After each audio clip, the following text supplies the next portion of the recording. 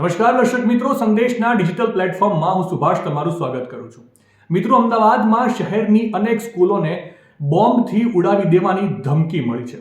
અમદાવાદની મહારાજા અગ્રસેન, ઝાયડસ, ઝેબર અને દેવ international school સહિત અનેક સ્કૂલોને બોમ્બ બ્લાસ્ટની ધમકી ભરેલો ઈમેલ મળતા અમદાવાદ શહેરની સ્કૂલોમાં હલચલ મચી ગઈ છે.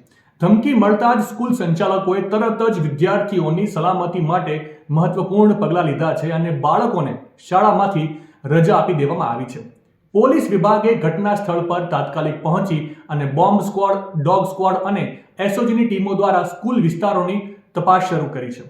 દૂરસંચાર માધ્યમ દ્વારા મળી આવેલ આ ધમકીના ઈમેલની સાયબર ક્રાઇમ વિભાગે પણ તાત્કાલિક અસરથી તપાસ શરૂ કરી છે. આ ધમકીમાં ખાસ ઉલ્લેખ હતો કે બપોરે 1.5 કલાકે સ્કૂલોમાં બ્લાસ્ટ કરવાની એક યોજના છે અને આ પગલાંને ધ્યાનમાં રાખતા સંચાલકોએ વિદ્યાર્થીઓને સુરક્ષિત સ્થળ પર જ રાખ્યા હતા અને બાદમાં રજા આપી દીધી છે. પોલીસ તથા સલામતી બળો આજ સમગ્ર મામલાને ગંભીરતાપૂર્વક લઈ રહ્યા છે અને સ્કૂલોમાં તાત્કાલિક સર્ચ ઓપરેશન શરૂ કર્યા છે અને સુરક્ષા વ્યવસ્થા વધારી દેવામાં આવી છે. જે સ્કૂલોને બોમ્બથી ઉડાવી દેવાની ધમકી મળી છે તેમાં Zebar school Thaltej, Maharaja Agrasen school Gurukul road, DAV international school Makarba, Nirman school Vastrapur, Zydus school Vejalpur, CBSE divine child school Adalaj, Avishkar school Kalol, James and Genesis Khoraj Khodiyar, Ahmedabad international school Vastrapur, Udgam school Thaltej, DPS Bopal અને તુલિપ ઇન્ટરનેશનલ સ્કૂલ બોપલનો સમાવેશ થાય છે. આ ઘટના શહેરની શાળાઓ અને માતા પિતાઓ માટે ખરા અર્થમાં એક મોટો ચિંતાનો વિષય બની ગઈ છે.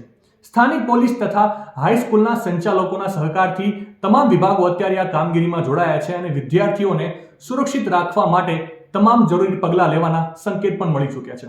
હાલ આ સમગ્ર મામલે તપાસ ચાલુ છે અને સંબંધિત વિભાગો બોમ્બ બ્લાસ્ટના જોખમ અને ધમકીના સ્ત્રોત અંગે વિગતવાર માહિતી એકઠી કરી રહ્યા છે.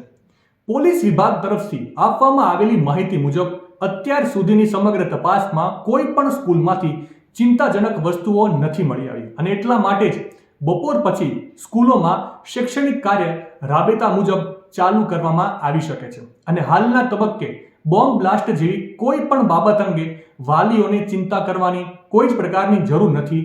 એ મુજબની પ્રાથમિક માહિતી પોલીસ વિભાગ તરફથી દરેક વાલીઓને આપવામાં આવી છે.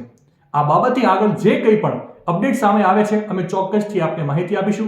દેશ દુનિયાની તમામ અપડેટ માટે આપ જોડાયેલા રહેજો સંદેશ ડિજિટલ સાથે.